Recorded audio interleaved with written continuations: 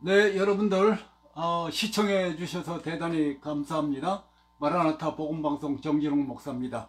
오늘도 하나님의 은혜와 축복 함께 하시기를 기원합니다. 날씨가 많이 추워졌죠. 이제 미국에서는 다음 주 토요일 밤에, 이번 주 토요일 밤이죠. 시간이 바뀌게 됩니다. 오늘은 이제 삼형제 성경 공부 제64과, 지난번에 62과로 잘못 나갔는데 63과였습니다. 그리고 마지막 여호와의 유월절 703페이지에서 715페이지까지 오늘 알아보면서 은혜를 나누겠습니다. 기도하겠습니다. 할렐루야. 좋으신 우리 하나님 아버지 감사합니다.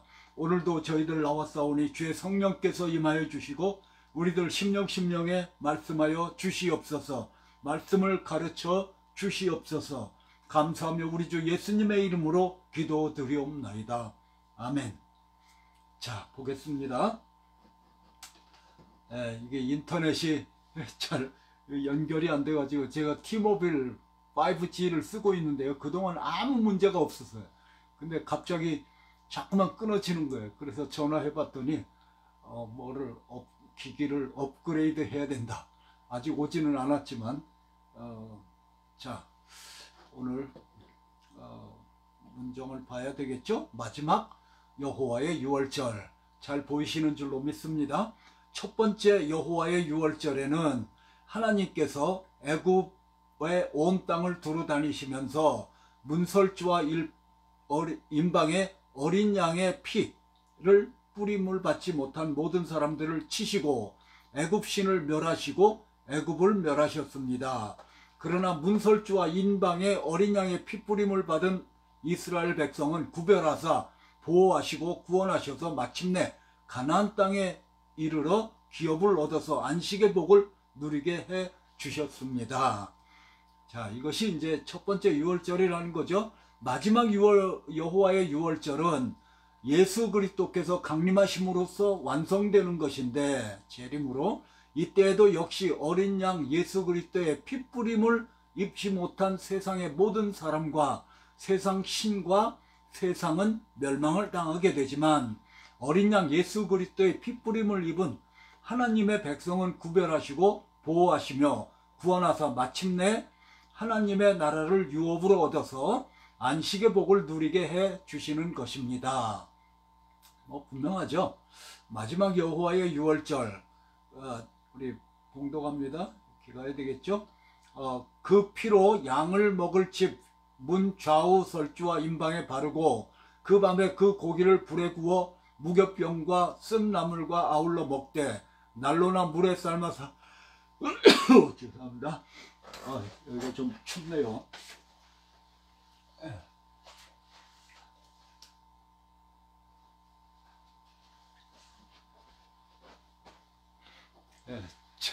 제가 좀 추우면은 재채기가 나오는 그런 경향이 있어서, 그 밤에 고기를 불에 구워 무교병과 쓴 나물을 아울러 먹되 난로나 물에 삶아서나 먹지 말고 그 머리와 정강이 내장을 다 불에 구워 먹고, 불에 구워 먹는다, 이게 고통을 상징하는 거죠. 아침까지 남겨두지 말며 아침까지 남은 것은 곧 소화하라. 너희는 이것을 이렇게 먹을지니 허리에 띠를 띠고 발에 신을 신고 손에 지팡이를 잡고 급히 먹으라. 구원은 급한 거죠. 순식간에 일어나는 것이고 결단해야 되는 것이고, 이것이 여호와의 유월절이니라. 내가 그 밤에 애굽 땅에 두루다니며 사람과 짐승을 물어나고 애굽 나라 가운데서 처음 난 것을 다치고 애굽의 신에게 벌을 내리리라. 나는 여호와라. 내가 애굽 땅을 칠 때 그 피가 너희 거하는 집에 있어서 너희를 위하여 표적이 될지라. 내가 피를 볼 때 너희를 넘어가리니 재앙이 너희에게 내려 멸하지 아니하리라. 자, 분명합니다.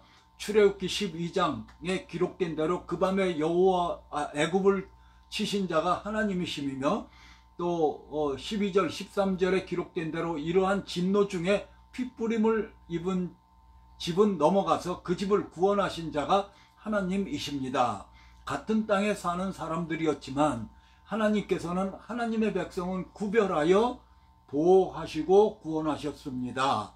이것은 매우 중요한 사실로서 말세에 대하여 공부하는 성도들은 이 같은 사실을 반드시 깨달아야 합니다. 반드시. 이처럼 마지막 여호와의 유월절에도 하나님께서는 7 대접을 가진 천사들을 통하여 세상을 멸하실 때에 진노의 7 대접을 쏟으라 그렇게 말씀했죠. 자기 백성은 구별하시고 보호하시며 구원하사 하나님 나라를 유업으로 얻어서 안식의 복을 누리게 해주시는 것입니다.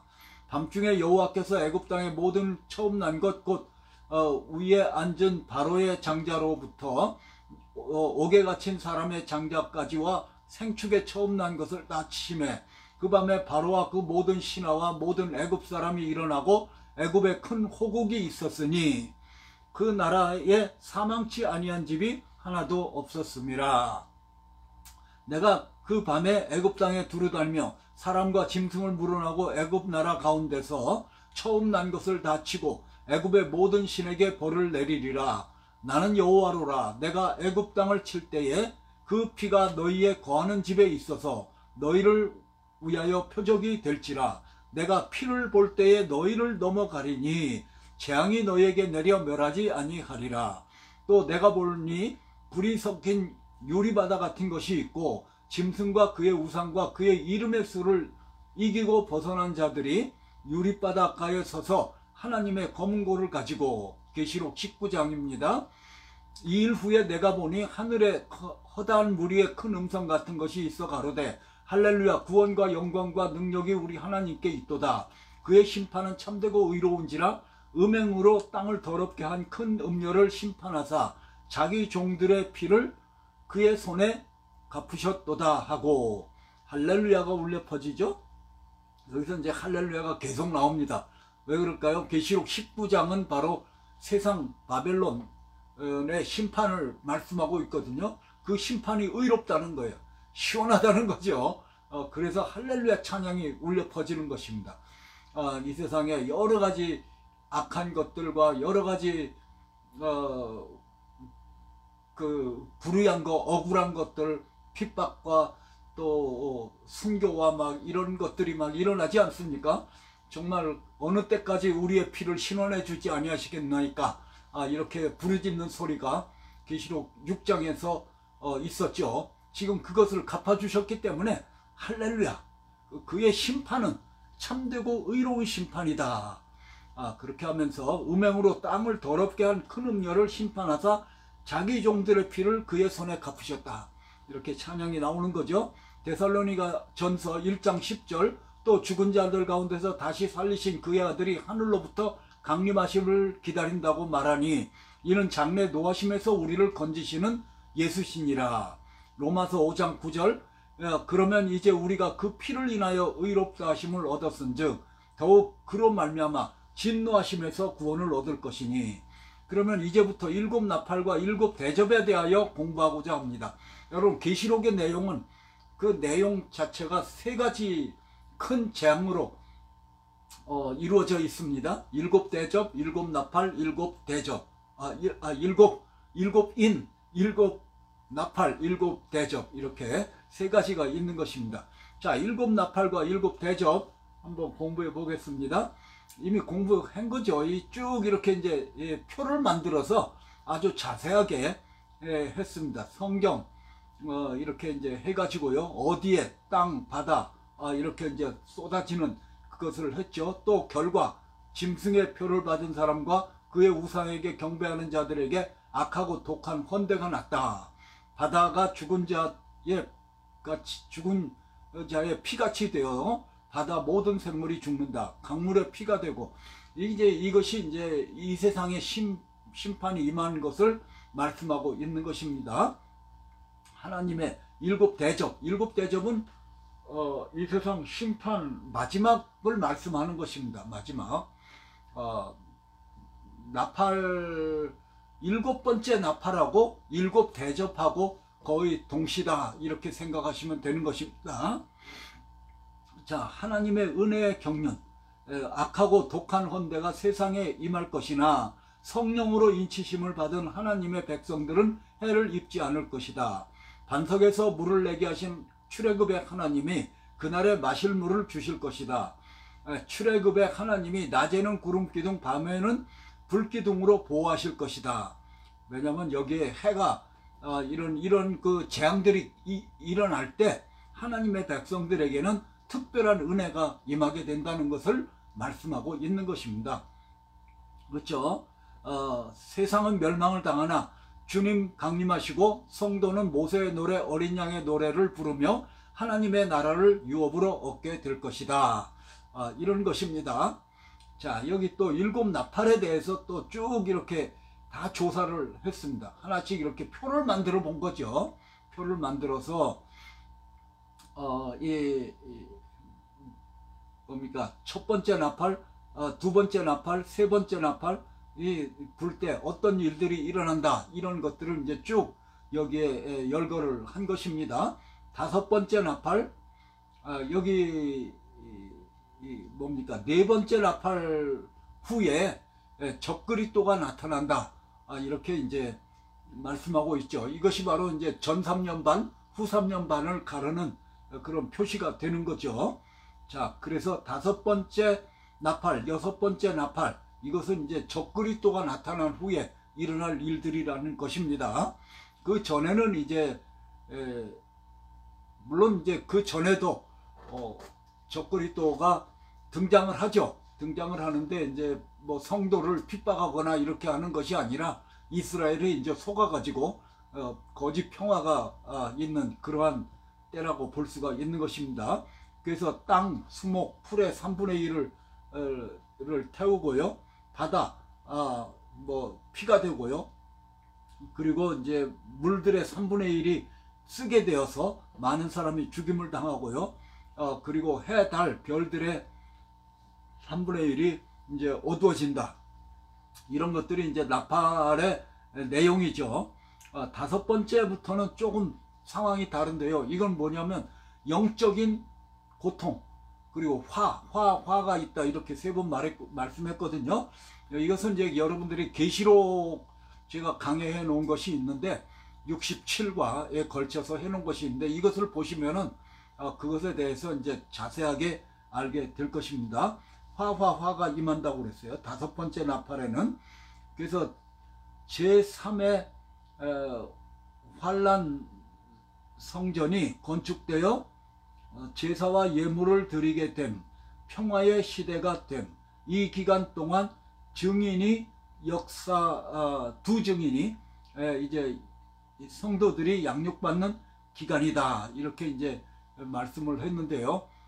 이 김영태 목사는 여기에서 이제 적그리스도가 등장해서 뭡니까? 7년 어떤 뭡니까? 7년 언약을 맺는 그런 것으로 이제 본 것입니다. 3화인데 이제 메뚜기 화가 있죠. 황충재앙이 여기에 있죠. 그 황충재앙, 이게 죽고 싶어도 죽지 못하는 그런 것이 이제 다섯 번째고요. 여섯 번째는 뭡니까? 유브레데 강우를 중심으로 해서 동서전쟁이다, 이렇게 이제 이름을 붙였는데요.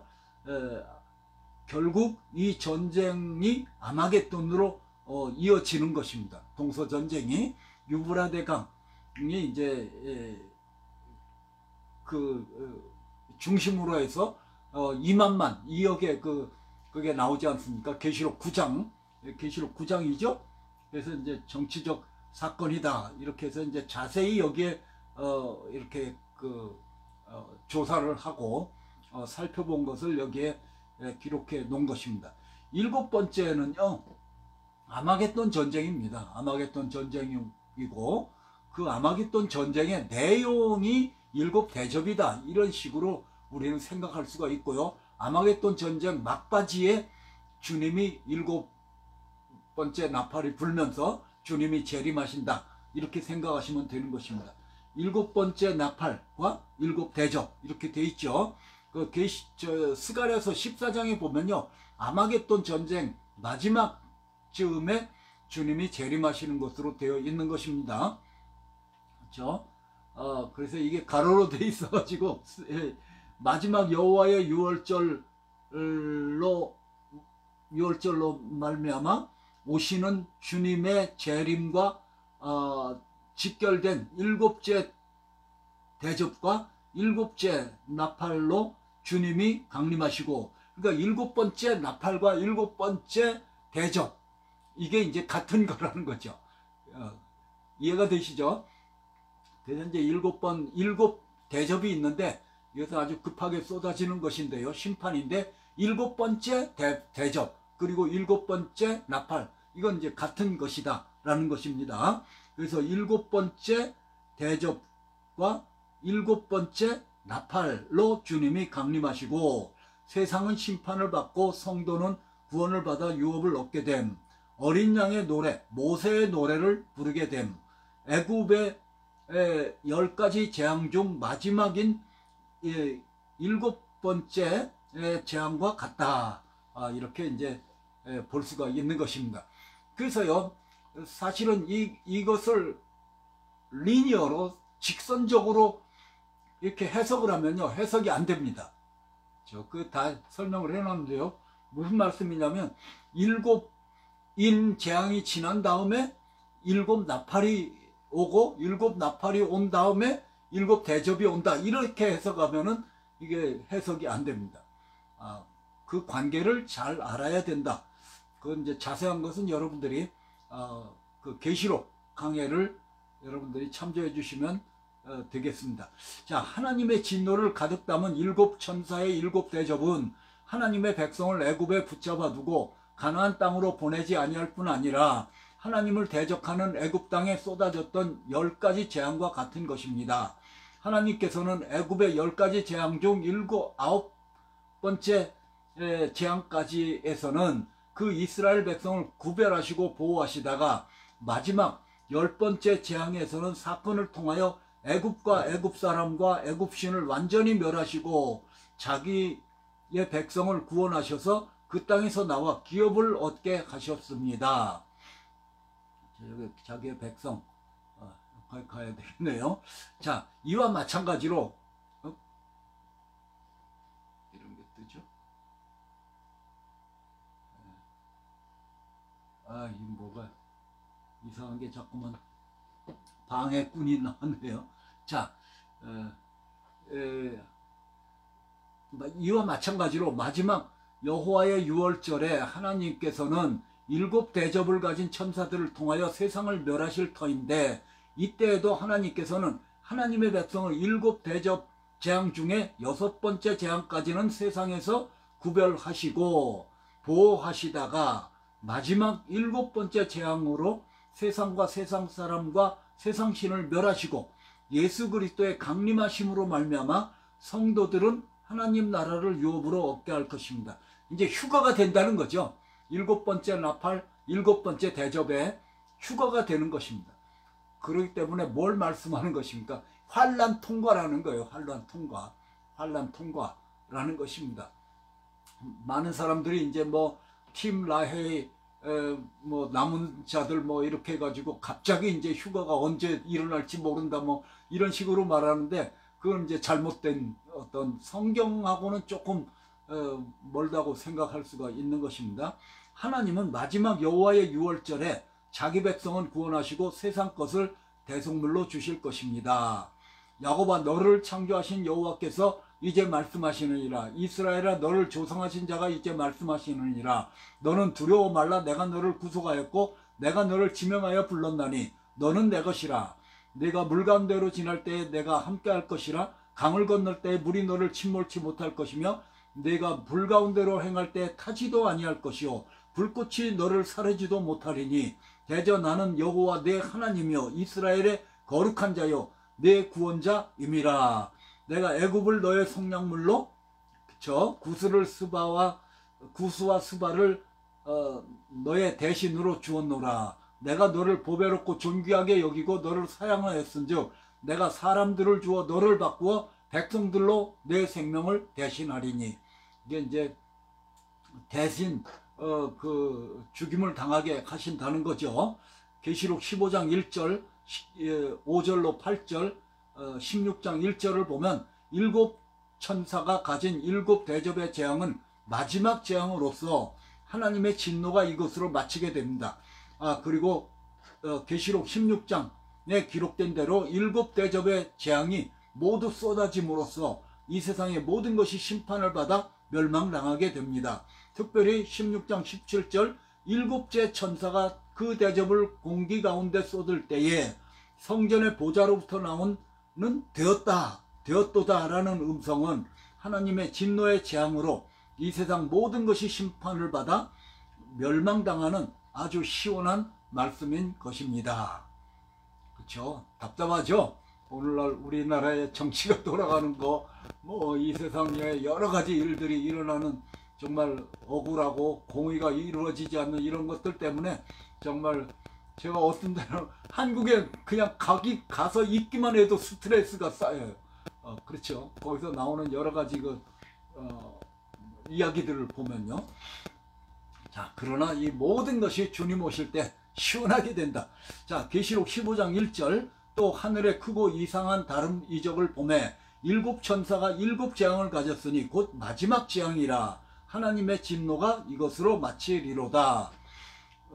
5장 5절로 8절 또 2일 후에 내가 보니 하늘의 증거 장막의 성전이 열리며 일곱 재앙을 가진 일곱 천사가 성전으로부터 나와 맑고 빛난 세마포로 옷을 입고 가슴에 금띠를 띠고 네 생물 중에 하나가 세세에 계신 하나님의 진노를 가득히 담은 금대접 일곱을 그 일곱 천사에게 주니 하나님의 영광과 능력을 인하여 성전에 연기가 가득하게 되매 일곱 천사와 일곱 재앙이 지나가기까지는 성전에 능히 들어갈 자가 없더라.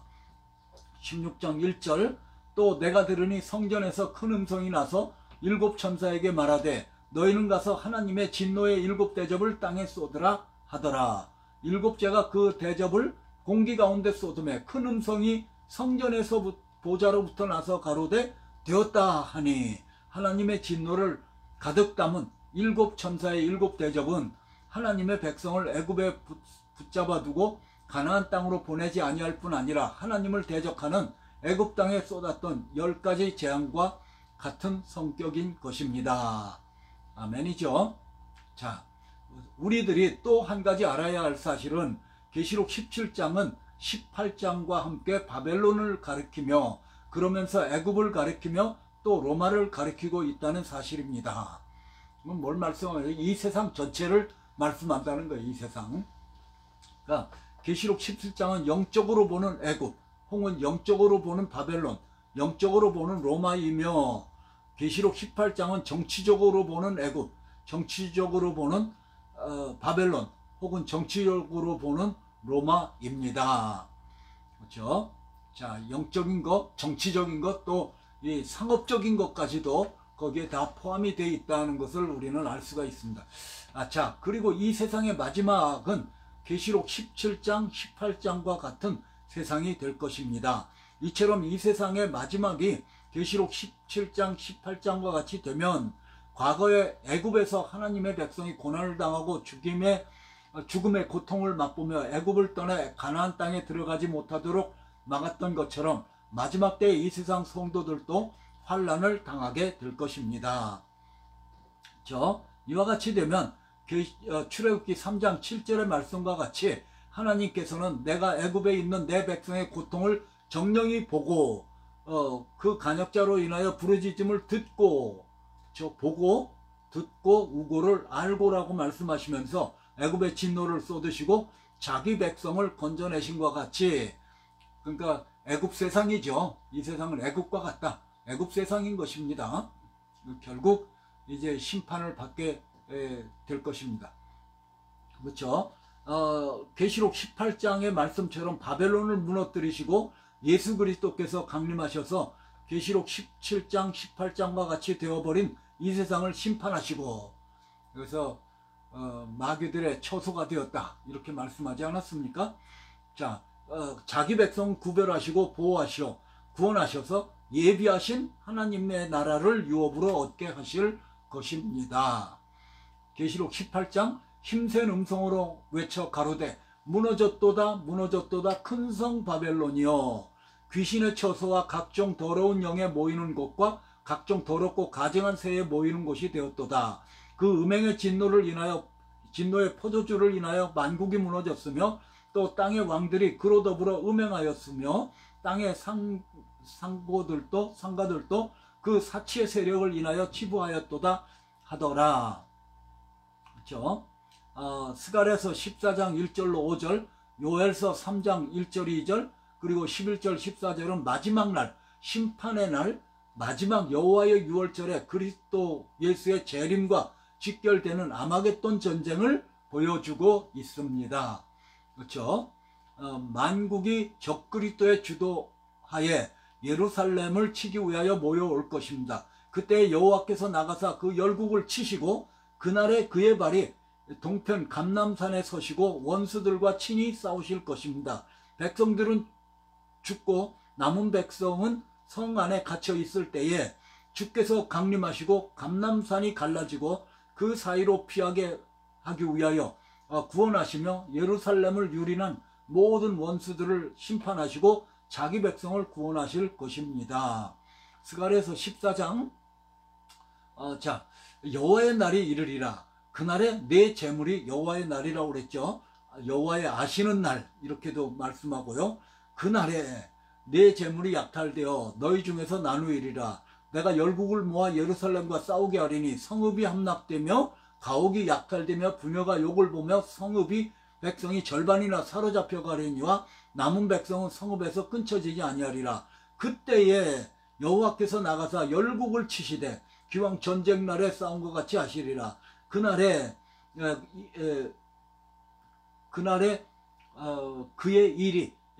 그의 발이 예루살렘